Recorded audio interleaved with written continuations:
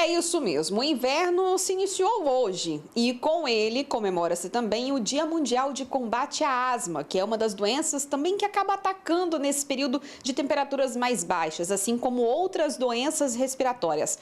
Mas como identificá-las? Quais são os tipos de tratamento mais adequados? Para nós entendermos a respeito disso tudo, nós vamos conversar com a pneumologista, a doutora Jéssica Polese. Doutora, seja muito bem-vinda.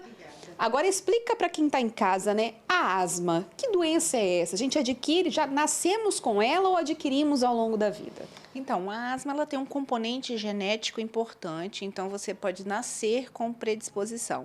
Mas também tem um componente do ambiente, então é muito relacionado à exposição. É uma doença inflamatória, então você tem uma via aérea que vai inflamar e vai desencadear os sintomas da asma, que são principalmente a tosse, às vezes um pouquinho de secreção, normalmente a secreção clara mucoide, e às vezes os sibilos, que é aquele chiado que as pessoas se referem, que às vezes se comportam com falta de ar, levando as pessoas ao pronto-socorro. Como doença inflamatória, uma doença que tem tratamento. Agora, doutora, nós estamos falando especificamente da asma, que é comemorado hoje o Dia Mundial de Combate a essa doença. Mas assim como a asma, essa época do ano também é propícia para outras doenças respiratórias, né? Quais doenças são essas?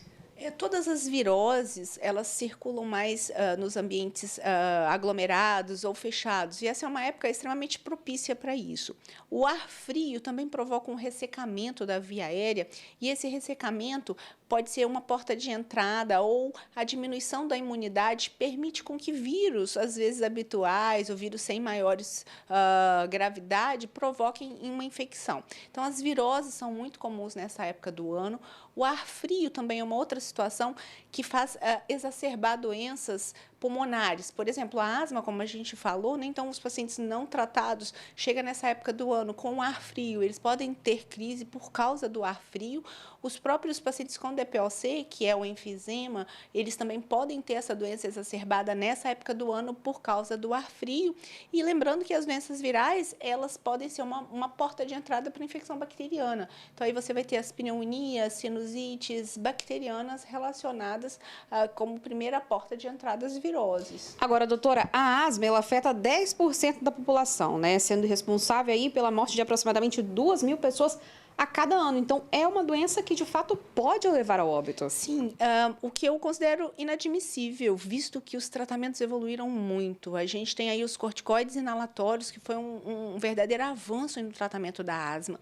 Então, hoje, paciente que entra em crise de asma, ele tem um arsenal terapêutico muito, muito bom e disponível, inclusive, pelo SUS. Então, assim, é uma situação que envolve o convencimento do paciente em usar a medicação e o conhecimento dele de que ele precisa ser medicado, porque aí se você tem um paciente asmático, mas que está em uso regular da medicação, ou que tem a rinite, ou que tem alergia, mas que ele está em uso regular da medicação, a chance de, com esse período do inverno, ele ter uma crise, ele piorar, ele ser levado para o hospital, enfim, até morrer, vai ser muito menor. Então, o controle, a doença estar controlada, seja ela asma ou DPOC, vai ajudar muito na eventualidade de ter uma infecção viral, na eventualidade de ter uma pneumonia. Então, a gente frisa que hoje a medicação, tanto para asma quanto para DPOC, são muito largamente empregados, já com disponibilidade pelo SUS, ou seja,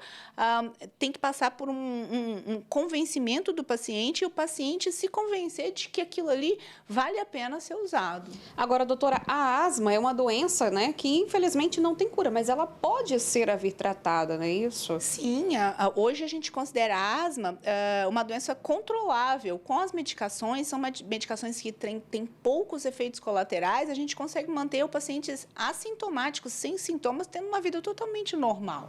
Agora nós estamos falando de não só da asma, mas como outras doenças respiratórias que acabam afetando aí grande parte da população nessa época mais fria, né? Agora é importante também, por exemplo, a gente falando da questão dos resfriados, da gripe, a imunização, não é isso, doutora? Sim, nessa época do ano é comum a gente ter um aumento de infecções de via aérea, principalmente as virais, principalmente, inclusive a influenza entrando aí. Por isso que a gente tem no calendário vacinal antecipado o uso da vacina contra a influenza. E E agora a gente tem a Covid ainda por cima como um outro vírus circulando no ambiente, provocando infecção de via aérea. Então, tem várias vacinas disponíveis para influenza, para meningite, para Covid, para pneumonia, para bactéria, para pneumococo tem vacina. Então, assim, a gente tem algumas coisas que podem ser feitas.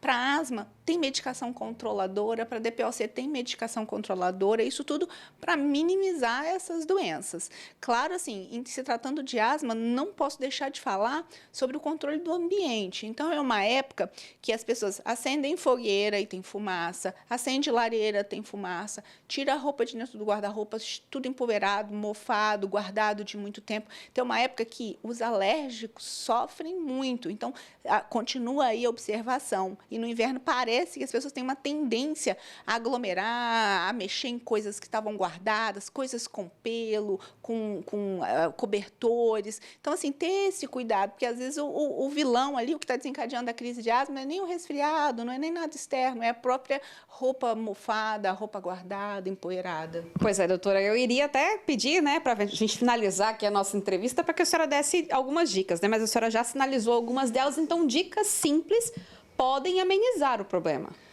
Não só amenizar, mas evitar crises. Então, faz parte hoje, faz parte do controle da asma, para você ter um paciente controlado, você ter um controle ambiental. Isso inclui manter o local arejado, evitar poeira doméstica, mofo, evitar cheiro forte. E isso é extremamente importante.